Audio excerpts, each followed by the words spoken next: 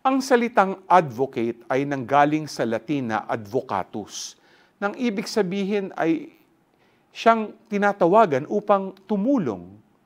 Ang isa pang pwedeng salita para dito ay paraclete. Ito naman ay nanggaling sa Greek word na parakletos o siyang tinatawag sa ating tabi.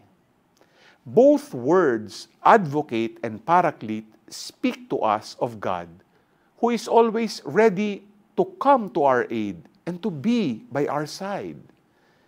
Kahit na si Jesus ay nagsabi na aakyat siya sa langit, He promised us the Holy Spirit. Sabi nga niya, "For if I do not go, the advocate will not come to you. But if I go, I will send him to you." This is a sign of God's fidelity. Hindi niya tayo iiwan na parang mga ulila. Sa halip, nais niyang tayo ay laging makasama. Ang kailangan lang nating gawin ay tumawag sa Kanya. Are you ready to call on the Holy Spirit and experience the presence of God? G ka ba?